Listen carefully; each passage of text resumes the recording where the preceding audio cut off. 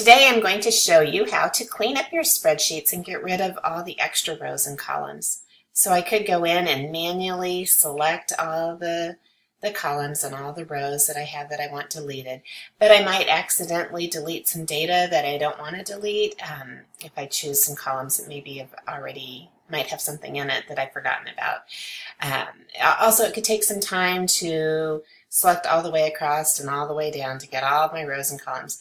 So instead, there's an add-on that you can use. If you go into add-ons, and I'm going to say I want to get add-ons.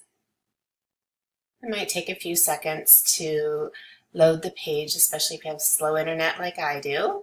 So over here, I'm going to search for a cropping tool so I can crop my data, my extra rows and columns out. And I can see right here is crop sheet, and that's the one that I wanted to tell you about. I've already added it, so it just says managed, but for you it'll say free. So just select crop sheet. And then you can see in my add-ons that I already have it in there.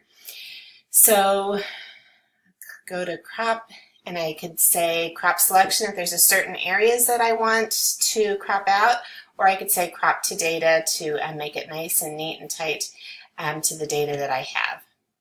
So you can see it's working, and it's pretty simple. It's already cropped out all my extra rows and columns. I have another file that I'm working on here, and I can go in and do the same thing.